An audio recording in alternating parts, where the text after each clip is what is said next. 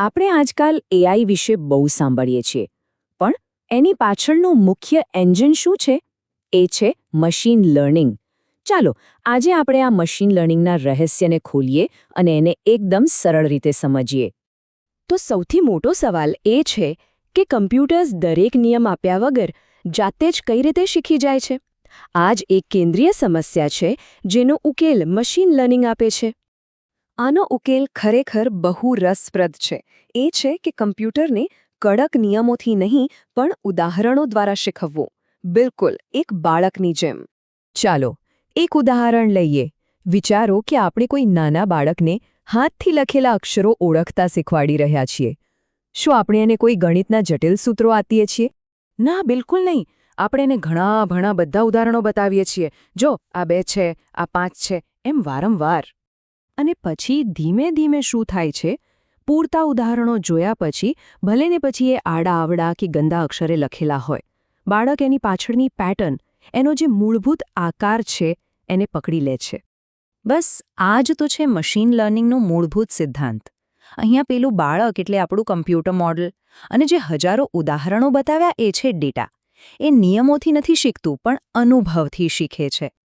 Okay, તો હવે આપણને મૂળભૂત ખ્યાલ તો સમજાઈ ગયો, પણ મશીન લર્નિંગના પણ અલગ અલગ પ્રકાર છે. ચાલો એ 3 મુખ્ય શ્રેણીઓ જોઈએ અને જાણીએ કે તે કેવી રીતે કામ કરે છે. મશીનોને શીખવવા માટેના 3 મુખ્ય અભિગમો છે અને તે બધા અલગ અલગ રીતે કામ કરે છે: સુપરવાઇઝ્ડ, અનસુપરવાઇઝ્ડ અને રીઇન્ફોર્સમેન્ટ લર્નિંગ. પહેલું છે સુપરવાઇઝ્ડ લર્નિંગ. આને તમે એવા સ્ટુડન્ટની જેમ સમજી શકો જેની પાસે જવાબ વહી પણ હોય. કમ્પ્યુટરને પહેલેથી જ લેબલ કરેલો ડેટા અપાય છે, જેમ કે કયો ઈમેલ સ્પેમ છે અને કયો નથી. આના આધારે એ ભવિષ્યની આગાહી કરવાનું શીખે છે.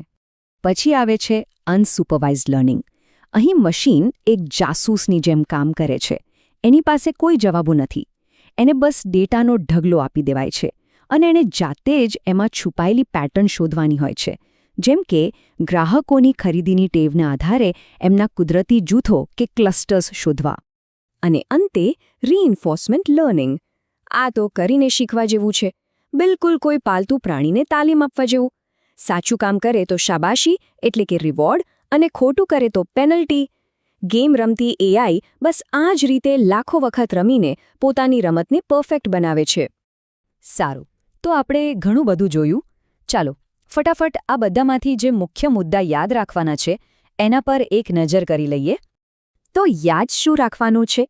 પહેલું, મશીન લર્નિંગ એટલે નિયમો નહીં, ઉદાહરણોથી શીખવવું. બીજું, સુપરવાઇઝ્ડ એટલે જવાબો સાથે શીખવું, જેમ કે સ્પેમ ફિલ્ટર. ત્રીજું, અનસુપરવાઇઝ્ડ એટલે જવાબો વગર પેટર્ન શોધવી, જેમ કે ગ્રાહક ગ્રુપ. અને ચોથું, રીઇન્ફોર્સમેન્ટ એટલે ભૂલ અને સુધારાથી શીખવું, જેમ કે કોઈ ગેમ એઆઈ. આટલું યાદ રાખવાથી આધુનિક એઆઈને સમજવામાં સરળતા રહેશે. આ તો થઈ મશીન લર્નિંગની વાત, પણ હવે જે આવી રહ્યું છે એ તો એનાથી પણ વધારે રસપ્રદ છે. આપણી આગામી સમજૂતીમાં આપણે જનરેટિવ એઆઈની દુનિયામાં જઈશું. એવી સિસ્ટમ્સ જે જાતે ટેક્સ્ટ, ફોટા અને સંગીત બનાવી શકે છે. આ સમજૂતી જોવા બદલ તમારો ખૂબ ખૂબ આભાર. નોલેજ ઇક્વિટી પાર્ટનર્સ પર અમારો હેતુ એવું વ્યવહારુ જ્ઞાન શેર કરવાનો છે જે રોજિંદા જીવનને વધુ અસરકારક બનાવી શકે. જો તમને આ સામગ્રી મૂલ્યવાન લાગી હોય તો કૃપા કરીને સબસ્ક્રાઇબ કરો, જેથી તમને અમારા દૈનિક વિડિયોઝ વિશે સૂચના મળતી રહે.